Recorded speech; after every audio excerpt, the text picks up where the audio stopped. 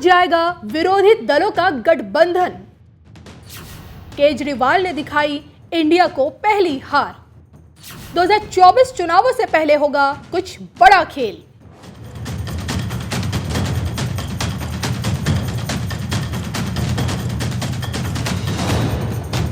नमस्कार, मैं हूं आपके साथ कविता राणा। 7 अगस्त का दिन दिल्ली के मुख्यमंत्री केजरीवाल के लिए बेहद खराब रहा।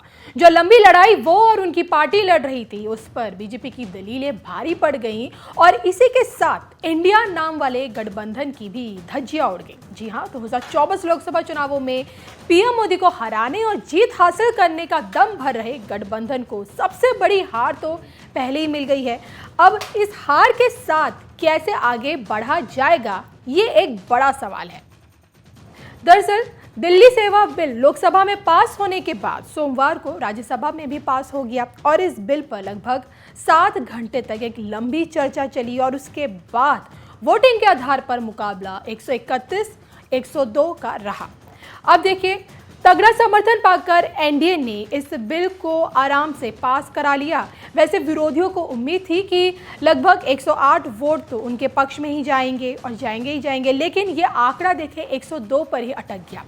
नया विपक्षी दल इंडिया इस बिल की लाख खिलाफत करता रहा, लेकिन ये बिल अब पास हो चुका है और जैसे ही ये बिल पास हुआ उसके कुछ घंटों बाद ही केजरीवाल की प्रतिक्रिया भी सामने आ गई। अब सुनिए केजरीवाल ने क्या कुछ कहा इस बिल को लेकर। ये बिल दिल्ली के लोगों को बेबस बना देता है, असहाय बनाता है, लाचार बनाता है, गुलाम बनाता है। जब हम आजाद नहीं हुए थे 1935 में, अंग्रेजों ने एक कानून बनाया था। उस कानून का नाम था गवर्नमेंट ऑफ इंडिया एक्ट। उस कानून में अंग्रेजों ने यह लिखा था कि भारत में चुनाव तो होंगे, लेकिन जो सरकार चुनी जाएगी उसको कोई काम करने की पावर नहीं होगी, काम करने की शक्तियां नहीं होंगी। जब हमारा देश आजाद हुआ तो हमने संविधान बनाया और संविधान में हमने लिखा कि चुनाव होंगे, लोग अपनी सरकार चुनेंगे और जो सरकार चुनेंगे उस सरकार को लोगों के लिए काम करने की सारी शक्तियां होंगी। आज आजादी के 75 साल के बाद प्रधानमंत्री मोदी जी ने दिल्ली के लोगों की आजादी छीन ली। उन्होंने 1935 वाला अंग्रेजों का कानून बनाया है कि दिल्ली के लोग, चुनाव तो होंगे दिल्ली में, दिल्ली के लोग अपनी सरकार तो चुनेंगे, लेकिन उस सरकार को काम करने की कोई भी शक्ति नहीं होगी। ये कानून आज हमारे देश की संसद ने पास किया है।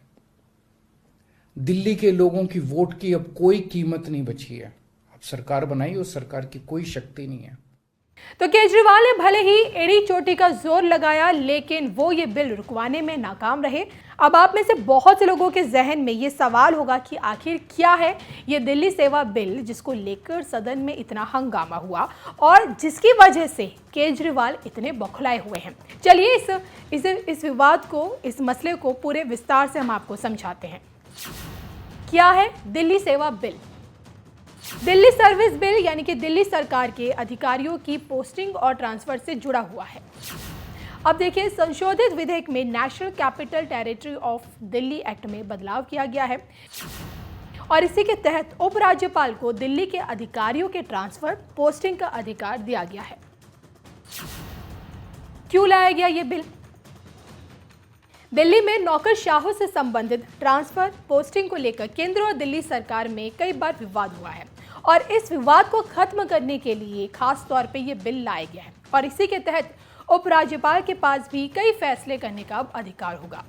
उपराज्यपाल को दिल्ली विधानसभा को बुलाने, स्थगित करने और भंग करने का भी पूरा अधिकार होगा। अंतिम निर्णय एलजी का ही माना जाएगा। अब जाहिर है कि केजरीवाल के हाथ से पावर जाएगी और उनके कट्टर सियासी दुश्मन की ताकत बढ़ेगी तो केजरीवाल का बौखलाना तय है।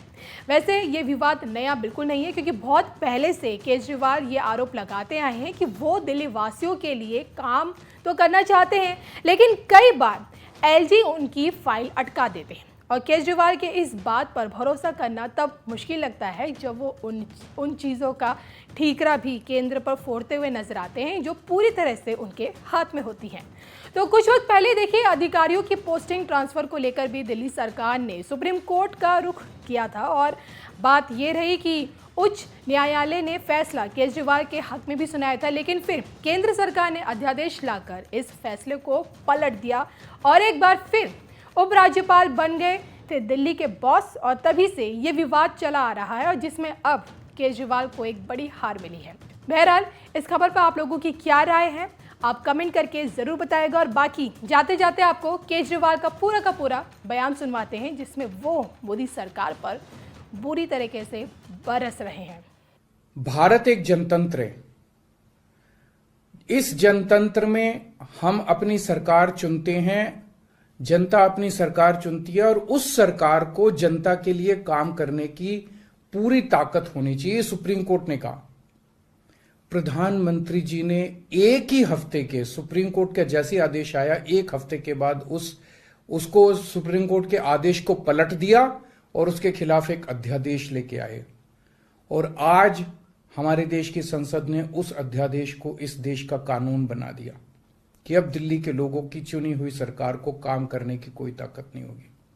अब इस कानून में लिखा है कि दिल्ली के लोग जो मर्जी सरकार बनाएं, लेकिन उस सरकार को चलाएंगे एलजी साहब और मोदी जी, सीधे सीधे वही लोग चलाएंगे इस सरकार को।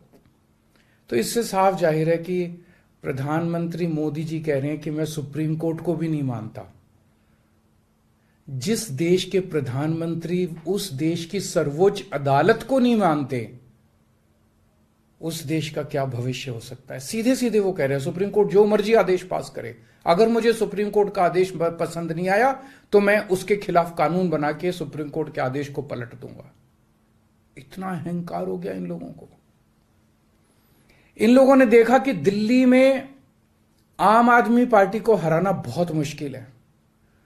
पिछले 4 चुनाव सीधे सीधे 2013 में, 2015 में, 2020 में और उसके बाद एमसीडी का चुनाव, सीधे सीधे 4 चुनाव बीजेपी आम आदमी पार्टी से दिल्ली में हार गई।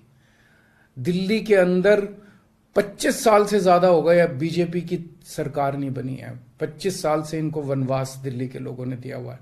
तो इनको लगा कि आम आदमी पार्टी को हराना मुश्किल है, तो इन्होंने चोर दरवाजे से, पीछे से चोर दरवाजे से इन्होंने दिल्ली की सत्ता को हथियाने की कोशिश की है। दिल्ली के लोगों ने एक बार आम आदमी पार्टी को 70 में से 67 सीट दी और 3 सीट बीजेपी को दी। दूसरी बार 70 में से 62 सीट दी और 8 सीट बीजेपी को दी। तो एक तरह से दिल्ली की जनता ने चिल्ला चिल्ला के बीजेपी को कहा है कि दिल्ली के अंदर दखलंदाजी मत करना। प्रधानमंत्री जी को साफ साफ शब्दों में दिल्ली के लोगों ने कहा, 7 सीट उनको नेशनल चुनाव में 7 सीट दी और दिल्ली के चुनाव में 3 सीट दी। तो मोदी जी को साफ साफ दिल्ली की जनता ने कहा कि दिल्ली के काम में दखलंदाजी मत करना, आप देश संभालो।